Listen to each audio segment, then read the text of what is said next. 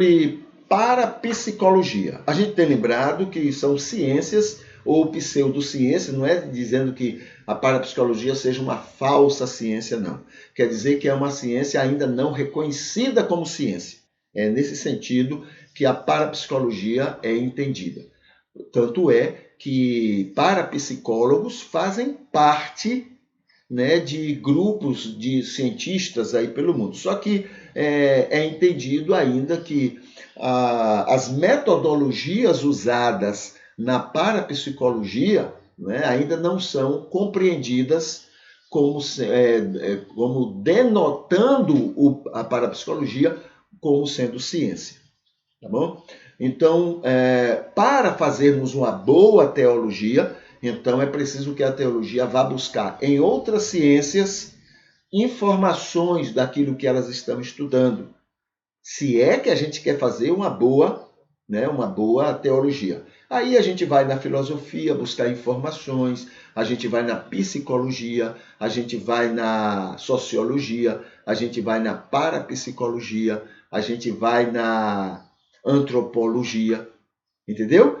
Já que a gente não pode estudar Deus de uma maneira física, pegando e tocando e fazendo experiências assim com ele, então a gente vai trabalhar com vestígios físicos dele. E o ser humano é um dos fortes vestígios, né? Indícios a respeito de Deus, de como Deus é, de como Deus pensa, de como Deus age. Então, o ser humano é assim. É por isso que estudamos essas outras ciências. E aí a parapsicologia é uma delas. Então, vamos ver aqui o que é que esse texto nos fala sobre a parapsicologia. Apesar da existência de fenômenos paranormais, ou seja, não são comuns, não são considerados ações normais dentro da experiência humana, apesar da existência de fenômenos paranormais, não seja reconhecida pela ciência, né, oficialmente pela ciência, e historiografias da psicologia e da psiquiatria em geral darem pouca atenção a isto, isso em tempos anteriores. Hoje já se dá mais atenção, tá bom? Já se leva em consideração, quando a psicologia vai estudar, né, e a psiquiatria também, já se leva em consideração a experiência religiosa, por exemplo, né? Aquela coisa de determinadas religiões, você tem visões, você vê pessoas, você ouve vozes, né? Então, já é levado em consideração isso. Claro que se isso já acontece numa vida de uma pessoa fora da experiência religiosa, então aí já é outro problema, tá bom? É uma outra questão. Mas se essa experiência de ouvir, de ter visões, está dentro do momento da experiência religiosa, então já se para estudar a respeito do que está acontecendo. Tá? Não é considerado anormal, doentio, não é? É avaliado como uma experiência e precisa ser analisado. Tá certo? Então, muito bem. Então, aqui ele diz, em geral, darem pouca atenção a isso, né? A psicologia e a psiquiatria. Como eu disse, atualmente já se dá mais atenção sobre isso. Quer dizer, não é muita, mas já é mais do que antigamente se dava atenção sobre isso.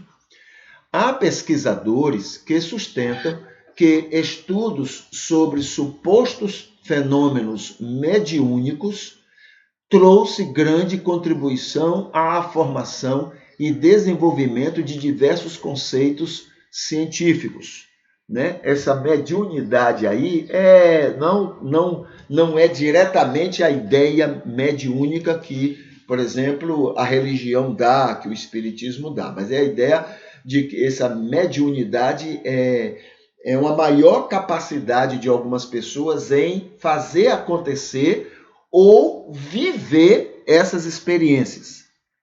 Entendeu? Então, não é necessariamente aquela ideia mediúnica que a gente tem, mas é em qualquer experiência religiosa, de qualquer religião. Por exemplo, nós temos dentro do cristianismo grupos que desenvolvem práticas, né, assim, digamos que sobrenaturais, ou fora do normal, né? Pessoas que acreditam que são arrebatadas, pessoas que acreditam que estão tendo uma visão, estão recebendo um recado de Deus, enfim, né? Essas experiências, elas creem, elas vivem, né? E isso é o essencial para que possa já ser trabalhado como, né, como uma experiência a ser estudada. Ah, mas ninguém pode provar. Sim, mas se ela está experimentando e diz que está e tem tido experiências com isto, então já é motivo. Eu posso, como cientista, não acreditar, mas isso não faz diferença. O fato daquela pessoa ou daquelas pessoas estarem vivendo aquela experiência, então, como cientista, eu vou agora pesquisar, eu vou estudar sobre aquilo. Não interessa se eu creio ou se não creio, né? Alguém crê, alguém vive, então eu vou experimentar, eu vou pesquisar sobre aquilo, tá? Então, o fato dela estar vivendo aquilo já é, dentro dessa visão, essa experiência mediúnica. Ah, mas ela não é espírita, ela é pentecostal, digamos assim.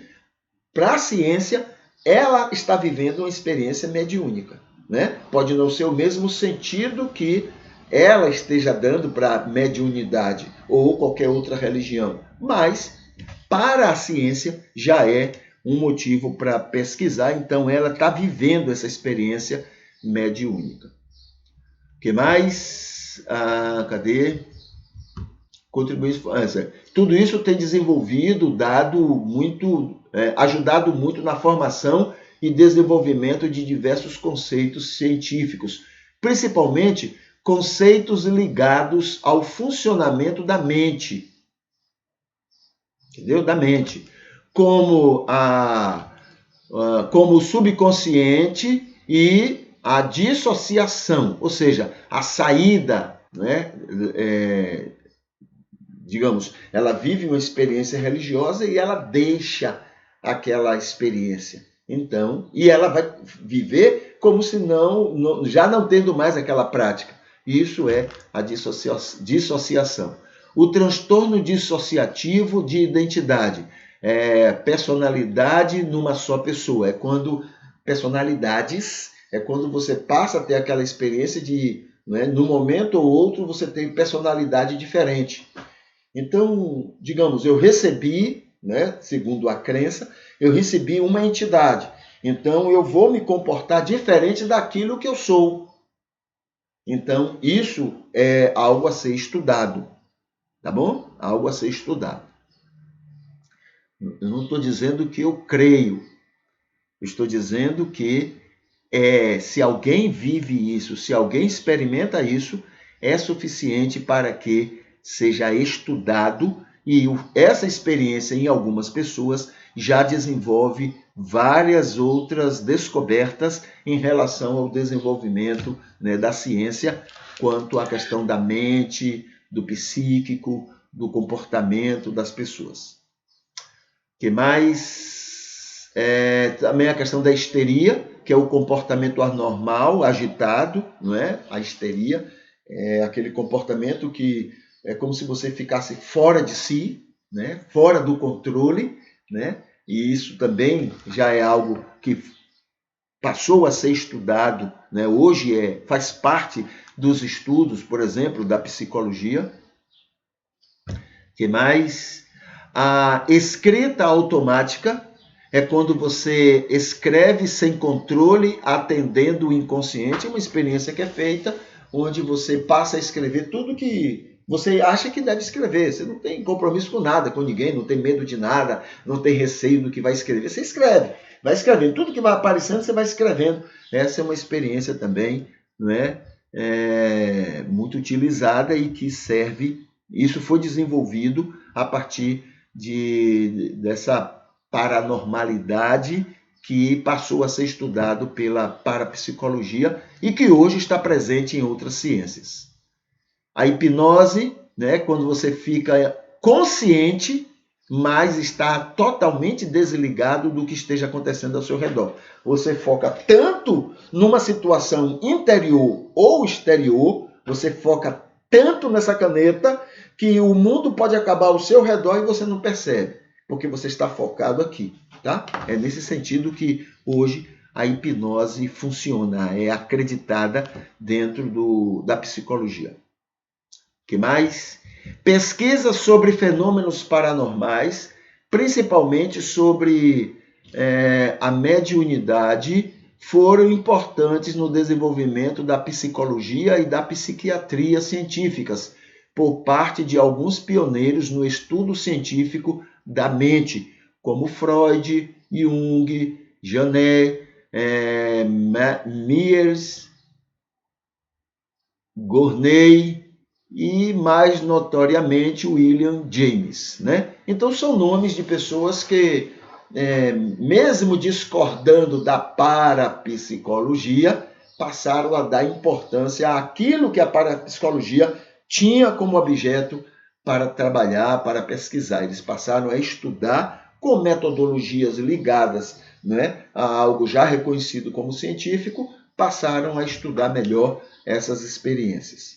Tá bom? Tudo isso é a parapsicologia, né, que é importante a gente saber bem sobre ela para que possamos fazer uma teologia mais pura, mais adequada, mais correta, mais estruturada, né? Não a teologia por teologia, mas é uma teologia de verdade, né, sobre Deus e a criação de Deus, principalmente o ser humano.